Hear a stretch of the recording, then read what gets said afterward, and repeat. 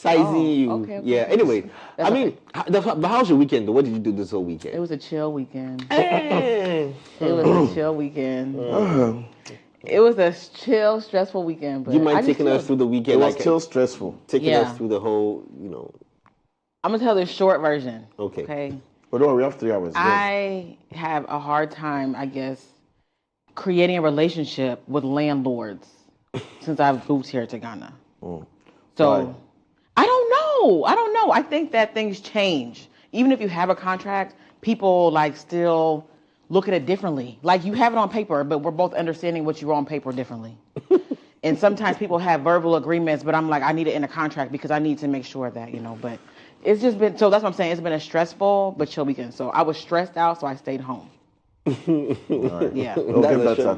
Yeah, but it's true. The contracts with landlords, I've had my share of landlords, especially Osu. Right. Like, Hunter? But I mean, what I still don't get is why landlords aren't charging according to. First off, I don't know how the rent control conversation is like, and I know when we raise conversations on rent, we get the whole country talking because the whole country is living on rent. Yeah. One way or the other, either you are renting your shoes or you are renting the home. Or you're renting something of yours is on rent. Business, your office, something. Something, generator, photocopy machine, something, you're renting something. And, I don't know why, I know the rent control laws has something in there about not charging more than 3 or 6 months or so.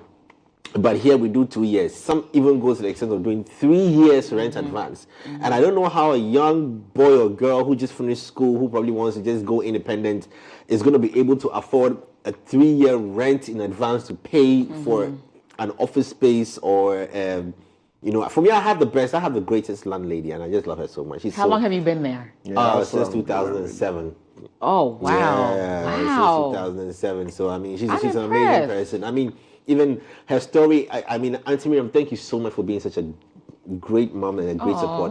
Because I remember how I got the place, and it's an amazing story. Let me tell you. I was right? Hustler guy, finished uni, trying to put my things together, get on my feet, and then I got yanked out of my old apartment, rent office, just when my first year of using the place, the landlord didn't renew the rent.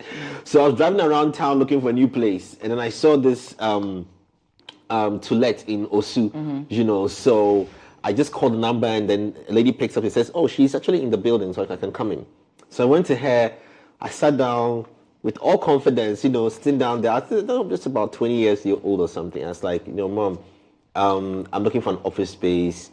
I run a studio.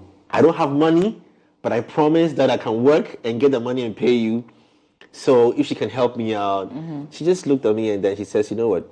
Go upstairs. There's a gentleman there. Tell him that he should start cleaning the place for you. Oh, I said, what? She said, no, go ahead, go and take it. Go. Whenever you get the money, come and pay me. I said, what? Wow. Just like that. I mean, I made the story short. So there, I just took it, and then I think about 6-8 months down the line, I paid her the rent, and yeah, she was cool. And since then, I've been there for it since over 2007. That's what's up. That is like a story I strive in a million. Yeah. 1 in a million. Yeah. What is the story of your landlord? Well, you know what? That's the other thing is I have people that want to also move to Ghana, and that's literally the worst thing that happened to me when I was first moving here was trying to find a place. It was a whole thing. So now it's like people want to come and they want me to connect them to people, but I feel like it's just so hard to even find a place that even I would be comfortable to say, hey, go ahead and, talk to this agent, because I don't feel like anybody is serious when it comes to, trying to rent places. Rent issues in this country is something else. And I'm just telling you that, the government that will sort out the rent issues in this country will definitely win elections. Because everybody is going through it one way or the other. You are paying for something somewhere that you are so not comfortable with, or you can't even meet, like the money that you're going to put in before you're going to get your business to start up, or even at home, the money you make from your work, whatever you do to bring it all the way back, come and pay rent. Rent charges are so crazy. It's everybody's pricing it according to how they feel like. And some of the landlords and landladies are not even doing anything back to their buildings or their facility or their property for it to even warrant them to charge more. Buildings are in the same state. There's confusion between tenants and landlords because some tenants refurbish the places, expect a certain cutbacks on the prices. Landlords are like, you did it.